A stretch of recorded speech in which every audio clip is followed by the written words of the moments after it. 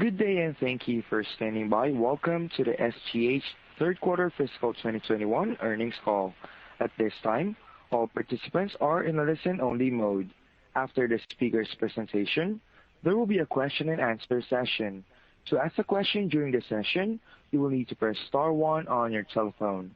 Please be advised that today's conference is being recorded. If you require any further assistance, press star zero. I would now like to hand the conference over to your speaker today, Susan Smith, with Investor Relations. Please go ahead.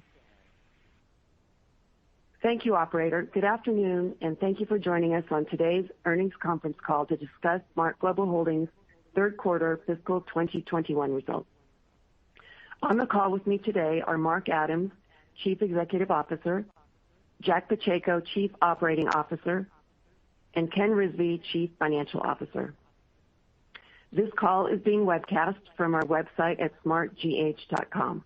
In addition, our website contains an accompanying slide presentation and the earnings press release.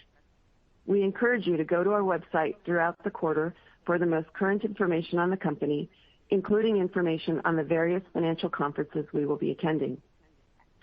Before we begin the call, I would like to remind everyone to read the forward-looking statements information that we have included in the earnings press release and the earnings call presentation. Please note that certain of these statements made today may constitute forward-looking statements, and that these statements are our present expectations, and that actual events or results may differ materially. We will also discuss both GAAP and non-GAAP financial measures. Non-GAAP measures should not be considered in isolation from, as a substitute for, or superior to our GAAP results. We encourage you to consider all measures when analyzing our performance. A reconciliation of GAAP to non-GAAP measures is included in today's press release. We will begin the call with CEO Mark Adams, who will provide a business update, and then Ken Rizvi, CFO, will review the financials and forward guidance, after which we will take questions. Mark? Thank you, Suzanne. We hope our U.S. listeners enjoyed the 4th of July weekend and appreciate all of you joining today's call. We are excited to present our fiscal third quarter results and share with you our outlook for the fourth fiscal quarter. Business execution was strong across all of our companies as our financial results exceeded expectations. We achieved record quarterly revenues of approximately $438 million. We improved non-GAAP gross margins to approximately 22%, up from 19.5% in Q2, and we generated $1.39 in non-GAAP earnings per share for the quarter, compared to 87 cents per share last quarter. Our team remains focused on the execution of our growth and diversification strategy. In our first full quarter with Cree LED as part of SGH, we are reporting a more diversified revenue mix. Memory Solutions, which includes specialty memory and Brazil, accounted for 55% of total revenues. Within Memory Solutions, specialty memory was 28% of total SGH revenues, and Brazil was 27% of total SGH revenues. LED Solutions came in at 23% of total revenues, and Intelligent Platform Solutions, or IPS, was 22% of revenues in Q3. Let me now cover some highlights for each of our businesses. Our IPS group turned in another strong quarter with revenue of approximately $96 million, which was 12% higher than last quarter, in line with our expectations for double-digit growth and 57% higher than the same quarter a year ago. These results reflect growth across our key focus areas of core, edge, and cloud. For reference, IPS includes Penguin Computing and Penguin Edge, which is our new brand comprising the former Smart Embedded and Smart Wireless businesses. Gross margin percentage was down sequentially due to a larger mix of hardware sales in the quarter. On prior earnings calls, we have discussed the potential variability of IPS gross margin percentages due to software and services movement quarter to quarter. That said, the IPS team is making very good progress on expanding software and services, which represents 20% of Penguin Computing's revenue on a year-to-date basis, up from low teens in the prior year-to-date period. Our Penguin Computing team has a robust solutions roadmap focused on core data center, edge, and cloud offerings, targeting customer requirements in AI, high-performance data analytics, and traditional HPC workloads. We have a number of new platforms and solutions planned for introduction in the second half of calendar year 21, including Penguin Computing's Origin AI, an AI platform targeting customer needs at the core data center for at-scale training and inference. Additionally, Penguin Edge released the PCIe 8130, which is a high-performance server add-in card used to accelerate and facilitate voice over 5G and LTE. IPS continues to focus on growing Penguin's cloud-based solutions business, as evidenced by expanding engagements with existing and new customers in the financial, oil and gas, and federal sectors. We will continue to scale our investments in Penguin On Demand, or POD, and government POD cloud-based solutions to capitalize on future on-demand opportunities which have the potential to drive reoccurring revenues for IPS. We are excited about the recent performance of IPS and continue to strengthen our new business funnel to drive future growth potential in Q4 and beyond. Now turning to the Memory Solutions Group, which encompasses specialty memory and our operations in Brazil. Revenue grew by over 10% sequentially to reach $240 million in Q3, and by 9% year over year in the same quarter. Gross margins expanded 240 basis points sequentially to 18.1% in the quarter, largely due to improved pricing and mix. Our specialty memory business executed well in a challenging supply environment.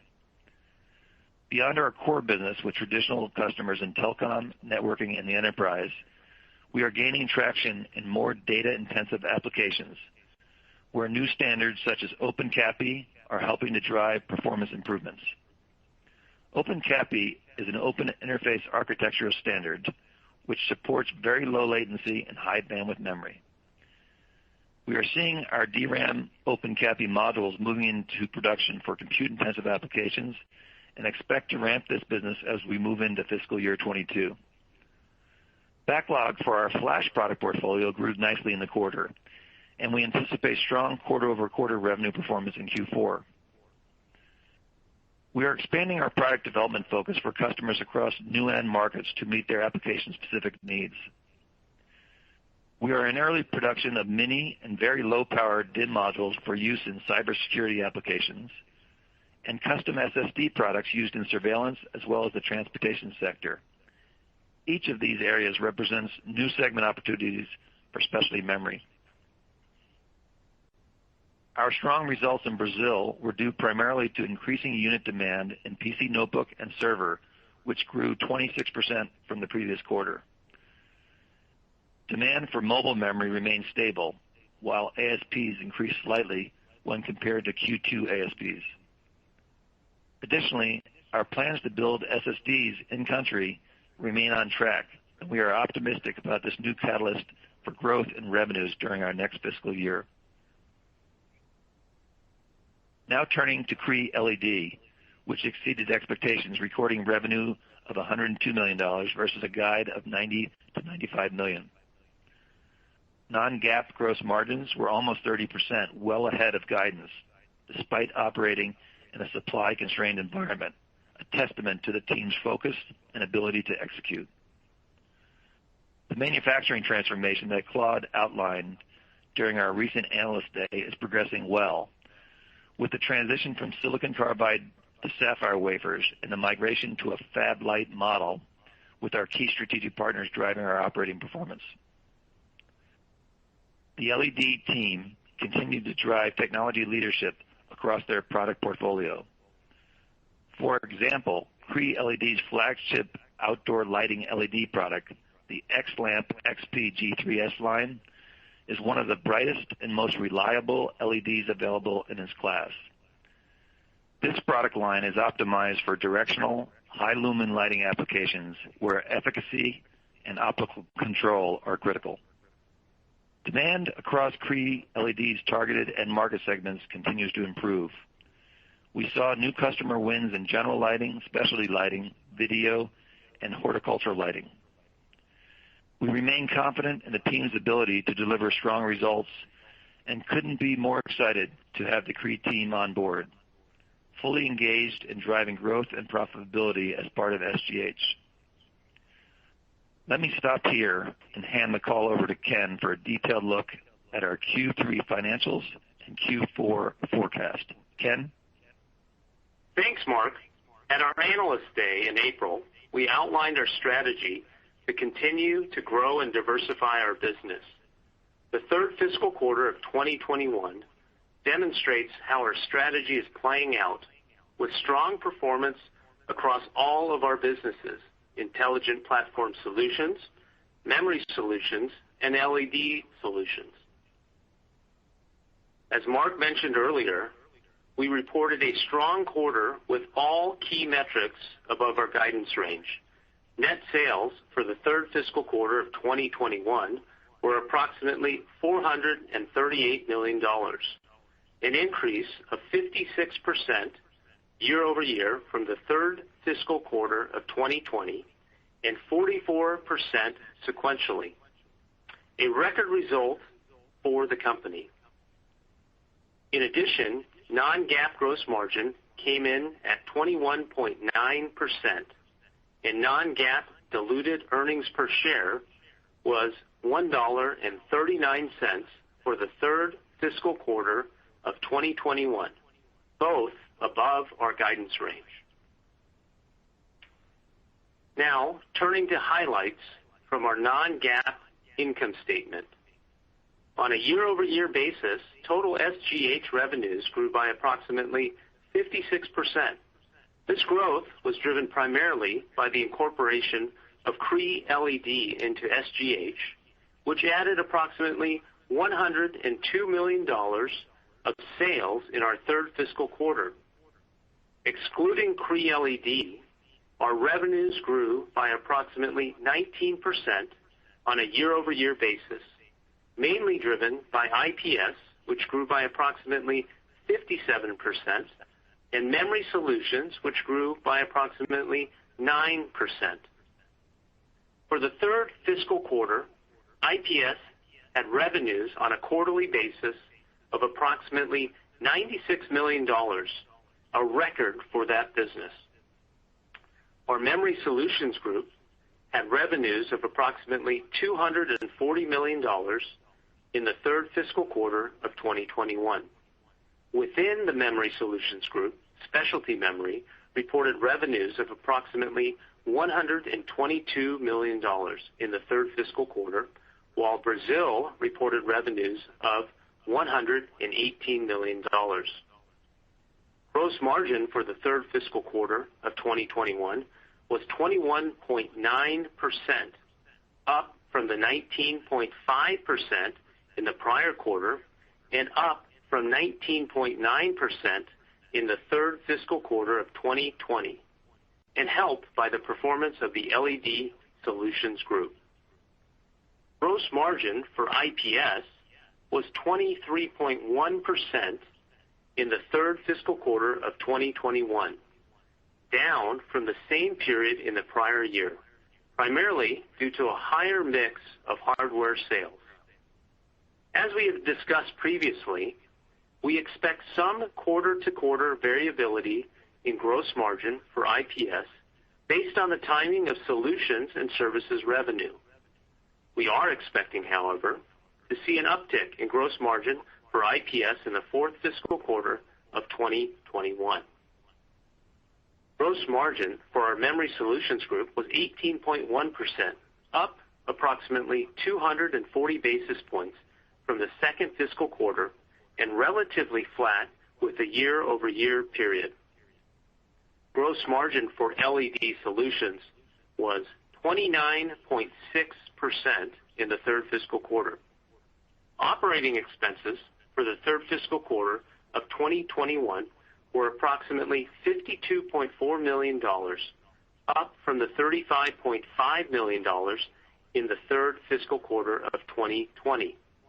Operating expenses were up primarily due to the inclusion of LED Solutions, continued investments in IPS, as well as increased bonus in the third fiscal quarter of 2021. In addition, operating expenses benefited from approximately $8.2 million in financial credits in Brazil. This helped offset our Brazil R&D spending, which is required to benefit from this credit. As discussed during our last earnings call, the current law related to these specific financial credits is expected to expire in the beginning of calendar year 2022. Non-GAAP diluted earnings per share for the third fiscal quarter of 2021 was $1.39 per share, compared with 87 cents per share in the second fiscal quarter and almost double from 70 cents per share in the third fiscal quarter of 2020. Adjusted EBITDA for the third fiscal quarter of 2021 was $51.4 million, or approximately 12% of sales, compared to $25.4 million, or approximately 9% of sales in the third fiscal quarter of 2020. Our breakdown of net sales by end market for the third fiscal quarter of 2021 was as follows.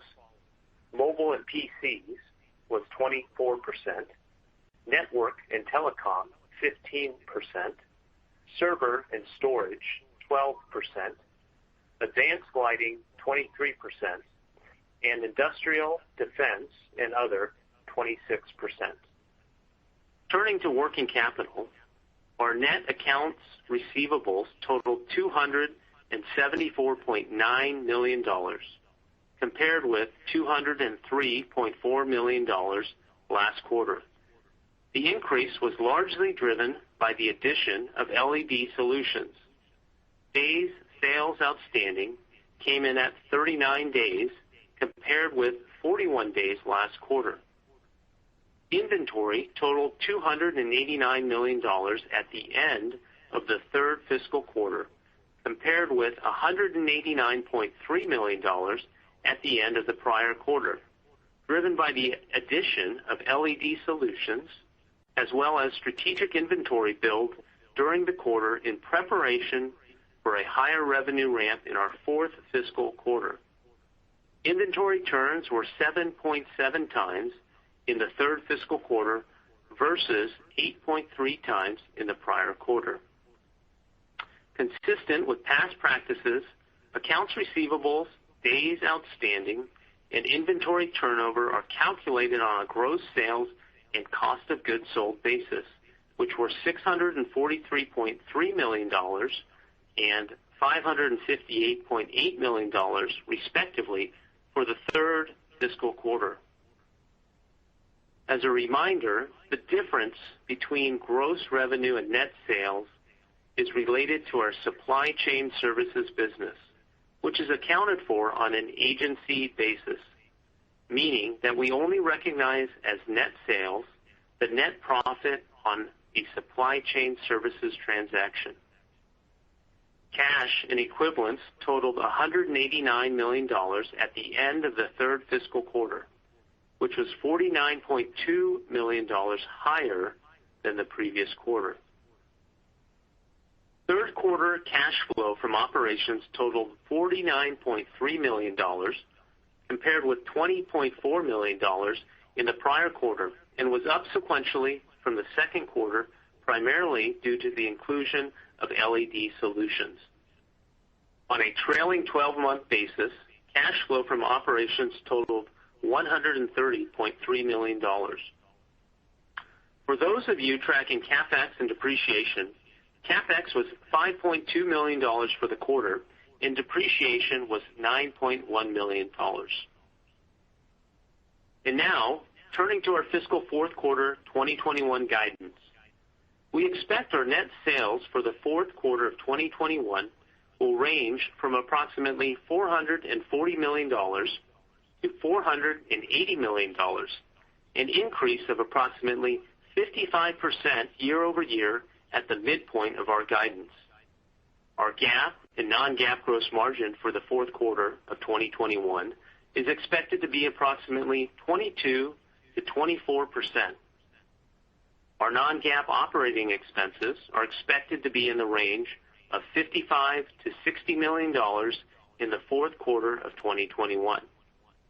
The sequential increase is in line with our comments from the last earnings call and driven primarily by Cree LED having an additional week of expenses in the fourth fiscal quarter versus the third fiscal quarter, as well as additional investments to support the growth in our Intelligent Platform Solutions group.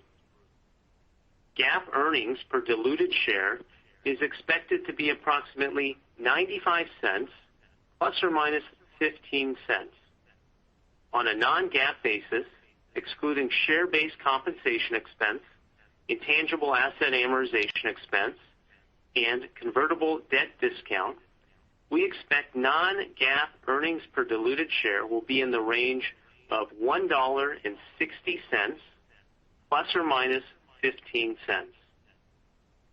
Cash capital expenditures for the fourth fiscal quarter are expected to be in the range of $10 million to $12 million. Our GAAP diluted share count for the fourth quarter of fiscal 2021 is expected to be approximately 27 million shares based on our current stock price.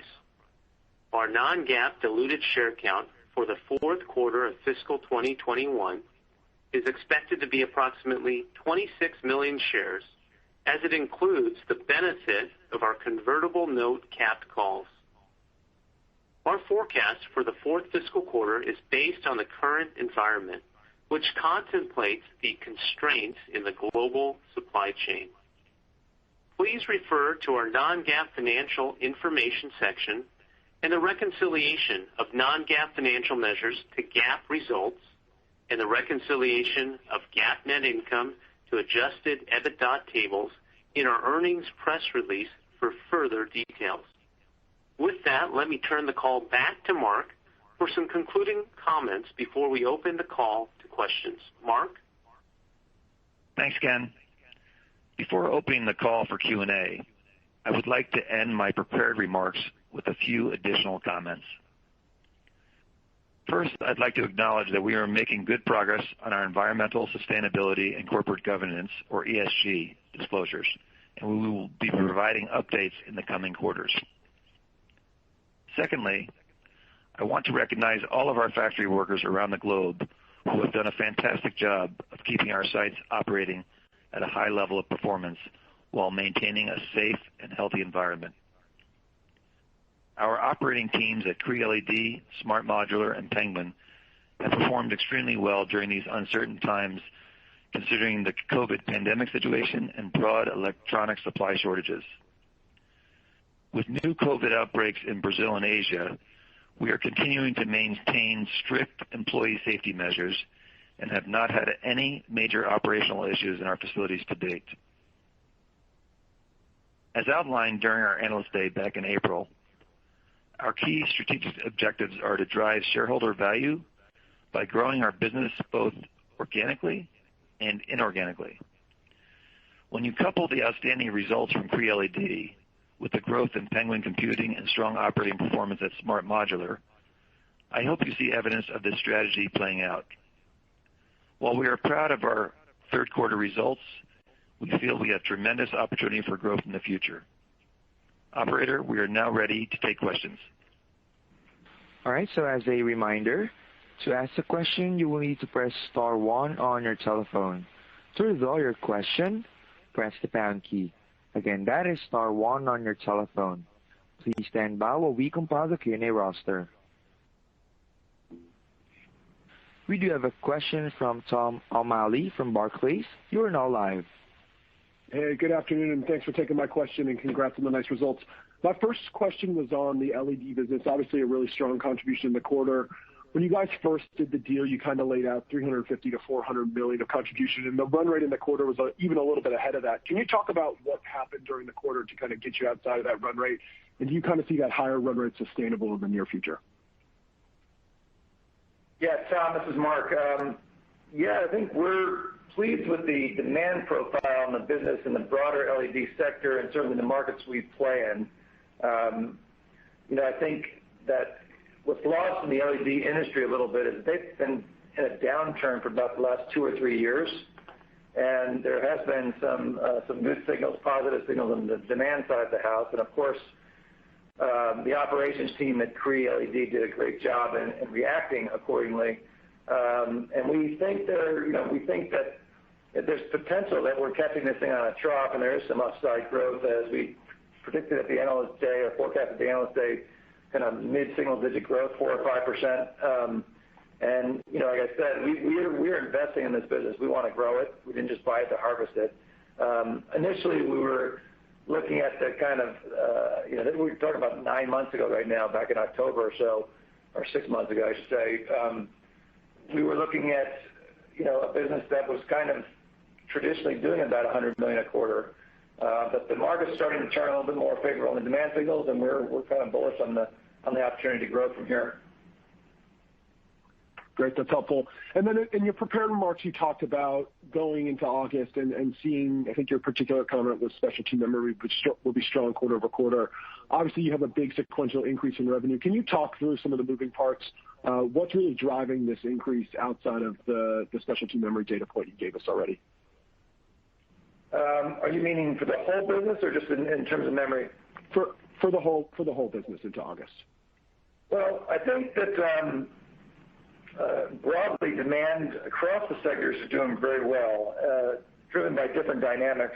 When you look at IPS and primarily Penguin Computing and Penguin Edge, things like edge computing and IoT are certainly catalysts in the front end of the business, but in the back end where Penguin Computing's offering strong growth, it's driven primarily by AI initiatives at many of our customers, and some of them are on early stage development, and some of them are actually rolling this out. But the dynamics on the HPC sector around AI is very strong, and traditional kind of workload optimization, workload efficiency in many application sectors around HPC are continuing to be strong. So we're on the IPS platform, it's primarily Penguin being driven by AI and workload performance management. On the memory side, as you can see from the broader indicators, high performance compute, in-memory computing, storage, enterprise storage, just a number of different trends that are driving for higher memory consumption, both in the cloud and data center and hyperscalers. And we're starting to see new market opportunities in that way.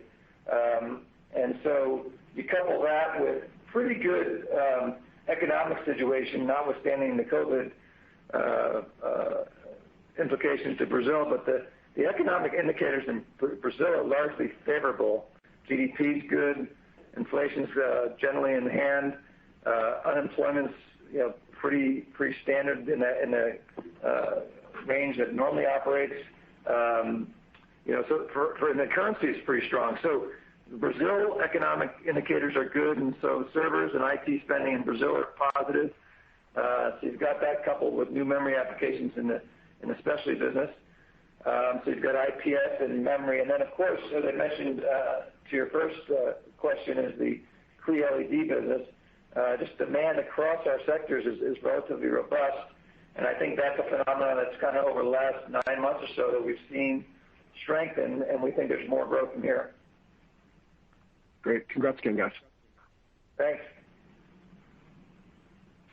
Next one on the queue, we do have Brian Chin from Stifel. You are now live.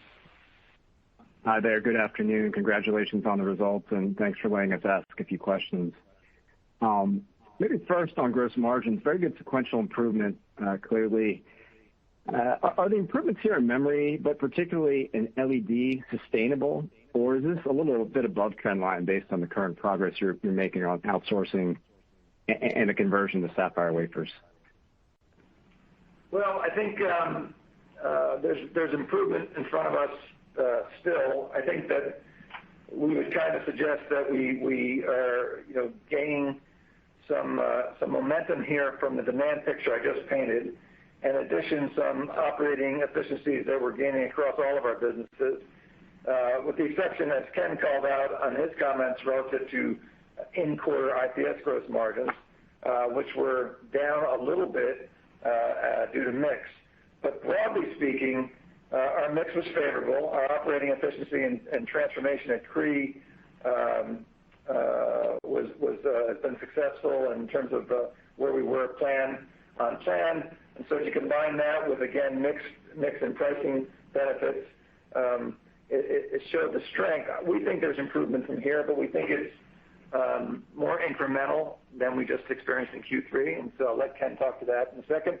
And on the memory side, good margins, but I think our biggest opportunities in memory are in these new market opportunities that have been in development for some time and are starting to get traction. So we think memory margins from here can improve as well, primarily and especially. We think Brazil is more of a kind of a flattish to slightly up improvement from here. But broadly speaking, we think memory can improve, LED can improve, and we were pretty confident on the IPS side that it will improve from Q3, just given we're forecasting a better mix of services on a go-forward basis. But Ken, any comment? Yeah. Hey, Brian, thanks for the question. So if we look at the Q3 margin profile on a non-GAAP basis, if you recall, we guided from 19 up to 21%. So we did exceed that. That was driven by a couple of factors, one of which is the performance of LED solutions or Cree LED, which had very good margins on a non-GAAP basis, 29.6%, so higher than what we were expecting. That helped drive that outperformance. As we look into Q4, we're seeing some nice trends overall. So Mark highlighted some of those trends within those three segments: memory solutions, IPS, and Cree LED. That should drive us to that range of 22 to 24% gross margins overall. Would also like to just highlight one item. As we move from Q3 into Q4, within our memory solutions group, we have a logistics business where historically we've taken revenue on a net basis. There is one customer, however, that we are migrating, or we have migrated now, from a gross basis to a net basis. This has the effect of a couple-fold. So one, as we look at Q4, this is already baked into our guidance. If you looked on an apples-to-apples basis, Q4 versus Q3, our revenues would be at midpoint of guidance closer to $490 million if we took that customer on a gross basis. But we have now moved that customer to a net basis, and that's embedded in our guidance range of $440 to $480 million. The other piece that does flow through the P&L is the fact that on a gross margin basis, by taking that one particular customer on a net basis, the margins do improve a bit, and that's why we feel fairly comfortable with this 22 to 24% non-GAAP guidance for Q4. Okay, got it. So if I heard you correctly, it's sort of like a $30 million at the midpoint benefit, I guess, reduction in the fiscal 4Q revenue. Can you quantify what the margin impact was then associated with that? Yeah, it is about in that 70 to 100 basis points benefit as we move into Q4 from Q3. Okay. I appreciate that.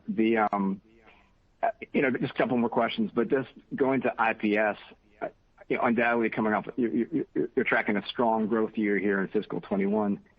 Mark, curious, you think the IPS business can sustain double-digit growth coming off such a strong year in your fiscal 22? And I guess, with that, are you already building any sort of meaningful backlog that's shippable in the next fiscal year? Yeah. So I'll comment and align to what we outlined at the Analyst Day. So we said on a longer-term basis, we believe we can sustain a double-digit type of CAGR for that business. Any given year, we're not providing guidance for 2022, but we do have good backlog as we head into Q1. Obviously, we'll have to see what the global economy looks like in 2022, but that business continues to have good momentum. If we looked on a quarter-to-quarter basis or year-over-year basis, strong momentum, especially on the commercial side of that business. Okay, great. And a real last quick one on just on cash flow, really good operating and free cash flow generation in the quarter. I guess at the higher expected revenue levels in fiscal 4Q, do you think the free cash kind of is around similar levels? Thanks. Yeah, I would expect as we look at the free cash, or you can look at EBITDA maybe as a proxy, EBITDA minus CapEx, we would expect equivalent type of free cash flows or slightly higher based on the guidance Q4 to Q3. Great. Thank you. Thank you. Next one on the queue is Sidney Ho from Deutsche Bank. You are now live. Great. Thanks for taking my questions, and congrats on the solid results. A couple of questions on the memory side. Last quarter, you said mobile units in Brazil was not a source of upside, and notebook SSD should benefit in fiscal 22. Are you starting to see an acceleration of these drivers now that it seems like retail sales are improving, COVID cases are declining? And sounds like you're seeing a little bit of high ASP as well. My follow-up to that is, I guess, related to the specialty memory. You talked about good progress in data centers and some recovery in industrial last quarter. Curious how much of that business would you say is tied to the traditional IT enterprise spending, which I would think is also starting to recover. I have a follow-up question after that. Thanks. So I'll start and let Jack jump in. I think to your second question first, definitely starting to see the traditional customer base increase demand. Of course, as you know, there's memory is one of the categories I think are probably in tight supply relative to the broader supply conditions. But the demand profile that we're seeing is pretty strong in terms of our core customers, as well as some of the new markets that we highlighted. Well, vis-a-vis Brazil and your commentary there, when we're talking about SSDs in Brazil, in fact, there is a growth dynamic going on in the category. It's a much more earlier stage of penetration in terms of the notebook and desktop and server world in Brazil.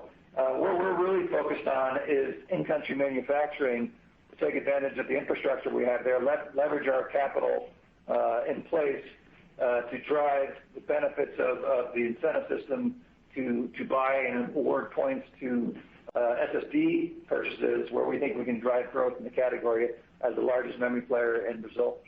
Jack, any commentary to you around the question?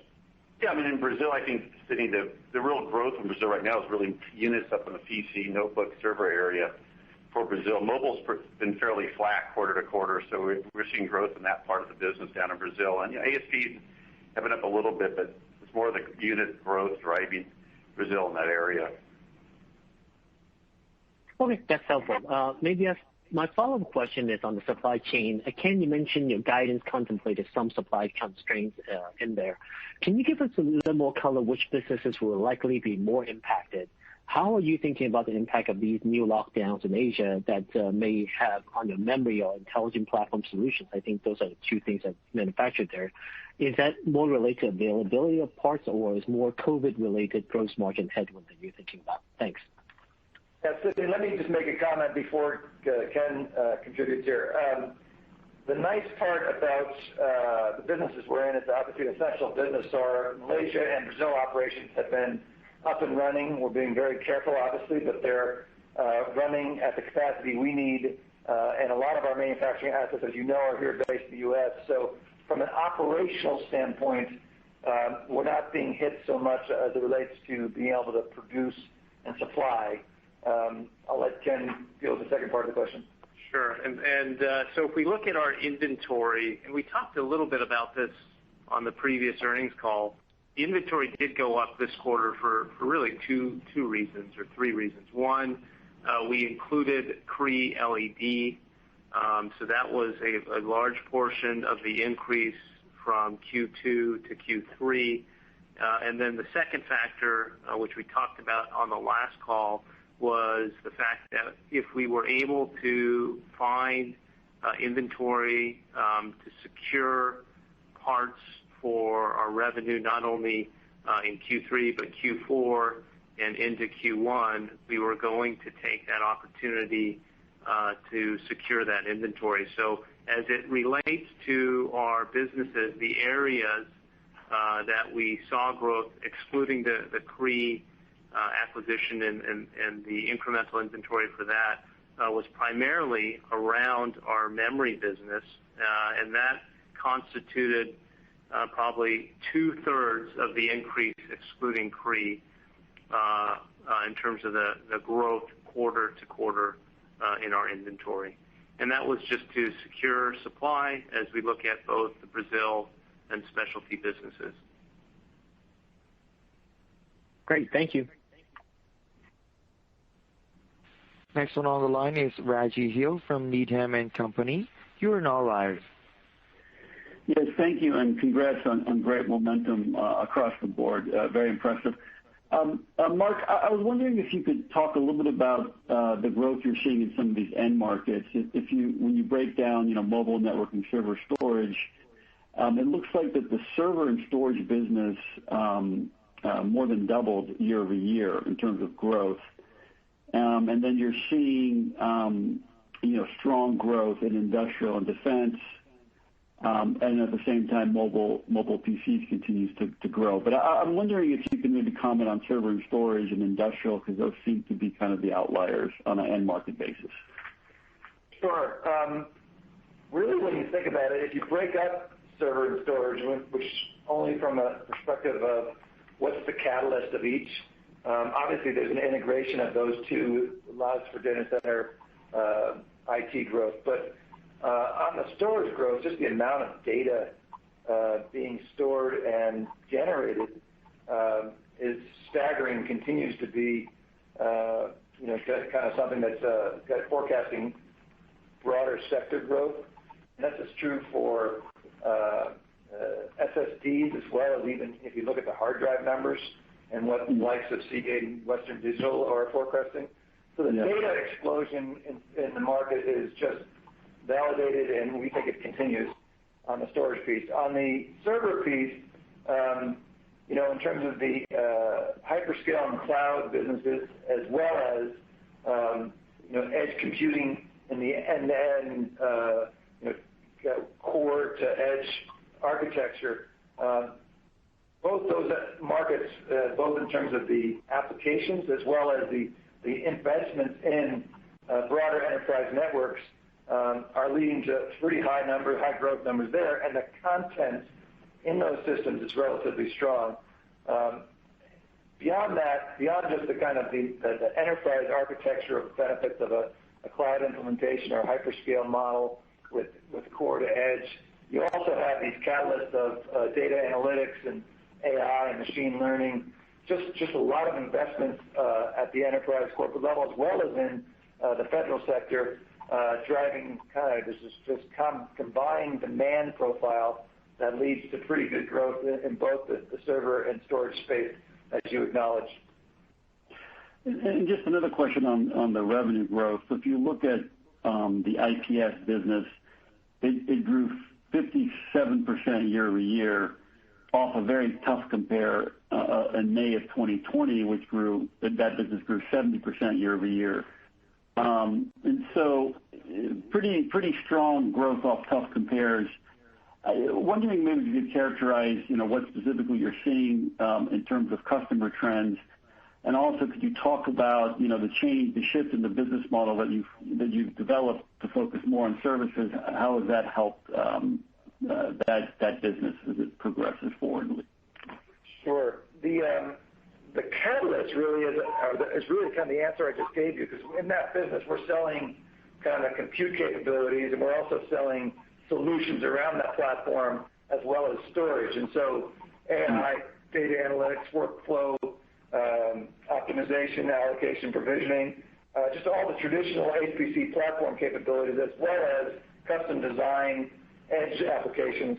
It's all very favorable. I think the more important thing that we're starting to see an increase in is what you said relative to services and our role.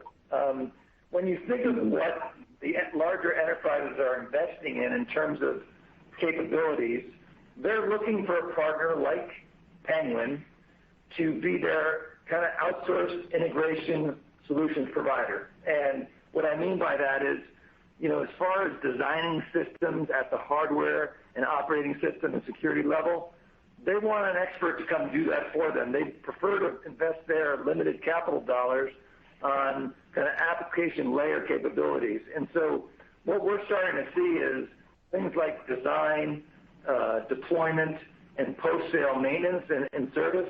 Those are all things that, quite frankly, our largest customers would prefer that we do. And that dynamic, I think, has changed, maybe slightly accelerated by COVID, when people didn't have the right resources to bring in all that in-house. They prefer a hardware OS kind of layered software partner like a Penguin to do that job for them in a kind of an advisory consulting way. And from my last question, Ken, great job on the gross margins in the quarter, and congratulations on the guide to 23%. But a question on the volatility in the IPS segment. I know you touched upon it, but the gross margin for IPS was down about 620 basis points quarter over quarter. It's going to go back up again in Q4. How do we think about the components of mix of services and hardware? What is the percentage of revenue of services or hardware? How does that vary quarter by quarter? Is there some sort of seasonality in services and hardware quarter to quarter as we kind of try to model that segment going forward? Thanks.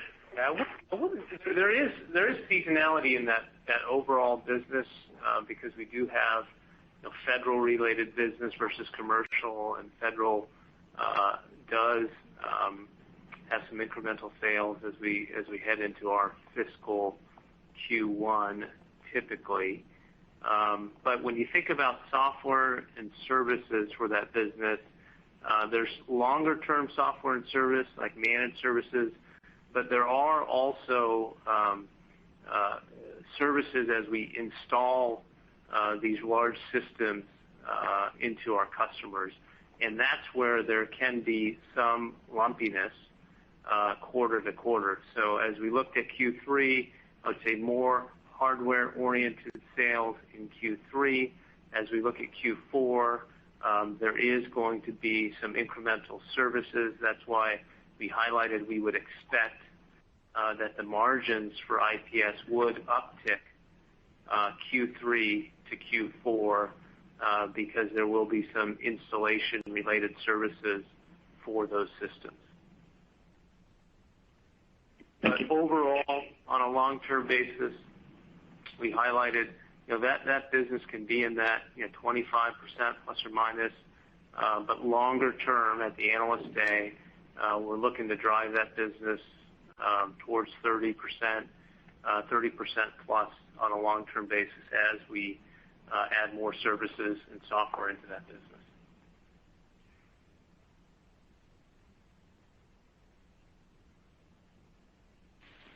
Right. So again, if you would like to ask a question, please press star one.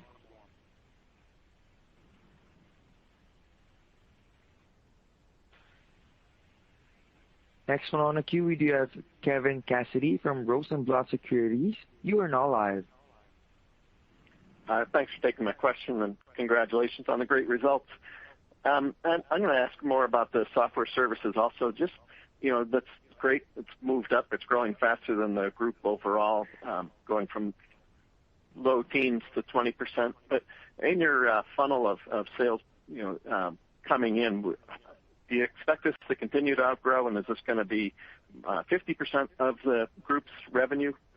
Maybe just to understand how many opportunities you're looking at for this.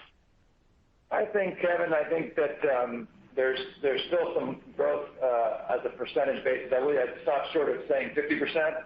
I think more of what you're going to see is the timing of these deployments and the mix, as just Ken commented on. But I think it's reasonable to think that we can get this higher than 20%, maybe in the mid to high 20s over the next 12 to 18 months. Okay, and that you renamed the products, the Edge products, so Penguin Edge. How many of the opportunities lump in the Edge along with the core? I don't know that I have the right breakdown per se by opportunities to track it like that, but I would just say roughly think about the revenue mix somewhere in the, I think probably it's like 2/3, 1/3, 30%, 70%, 70% high performance computing, Penguin computing, 30% Penguin Edge. Okay, good. That helps. All right. Congratulations again. Thanks. Yeah. Thanks, Kevin. If there are no further questions on the queue, I will now turn it back to the presenters. Great. Well, again, we'd like to thank you all for joining us on today's call. While we're very excited about the results we announced today, we continue to be focused on our strategy and continue to focus on delivering great results in Q4. Have a great day. Thank you.